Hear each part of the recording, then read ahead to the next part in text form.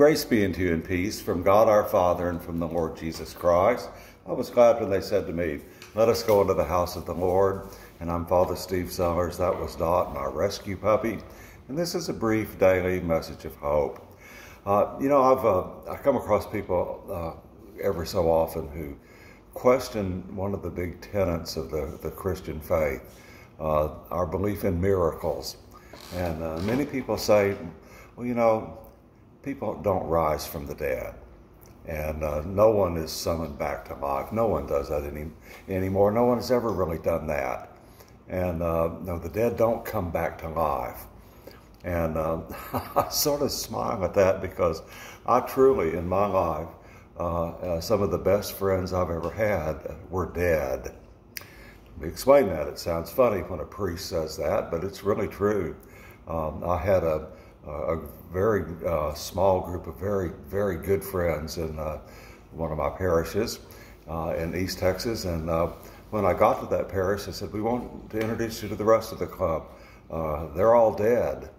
And I thought, what do you do? I mean, do you go to the cemetery and have conversations? And no, it wasn't anything like that at all.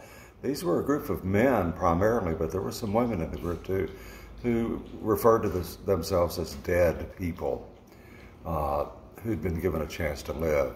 They were all dead in many different ways. They were, they were mostly a group of recovering alcoholics and drug addicts. And they had actually killed themselves. They were dead to their families. They were dead to their jobs. They were dead to their friends. They were dead to society. They were dead to their emotions. They were dead to their hopes and dreams. These were people who were dead in just about every way possible, except for biologically. And they were still alive. And they were so grateful for being alive that they wanted to remind themselves everywhere they went that they had literally destroyed themselves through drinking, but through the love of the Lord Jesus Christ had come back to life. You see, the foundation of the 12-step program and most recovery programs is the spiritual life.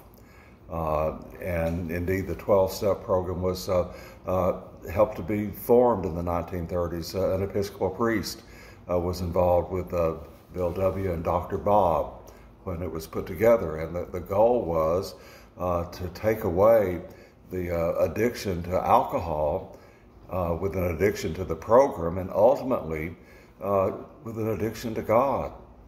And that is truly the only true addiction that is healthy for us, is to be so in love with and so focused on what the Lord is doing in our lives and focusing on Him, that we live in Him and He lives in us. It's His power that propels us forward in our lives. And so this group of dead people became some of my best friends. Grateful people, people who were interested completely in serving others.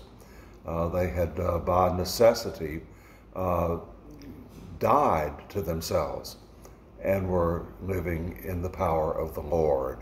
And so, like in our gospel lesson today, and I'm getting ready to go say the early Mass today, Jesus sends the apostles out and tells them to cure the sick, to raise the dead, to restore the sight to the blind, and to cure lepers. And so when Jesus tells them to raise the dead, some of us really know what that's all about. In this life, there are people who are as good as dead, who receive hope and love and mercy from the Lord. And though they were dead, yet they are alive.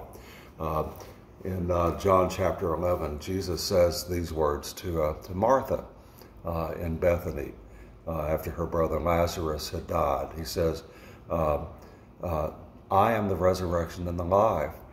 He who believes in me will live even though he dies.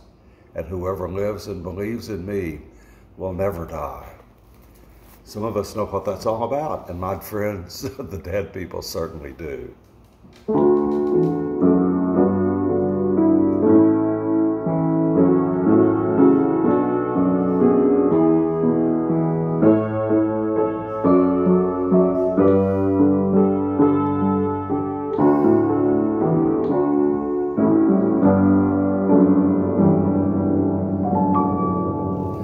hope you have a blessed day, and God willing, Dot and I will see you here again tomorrow.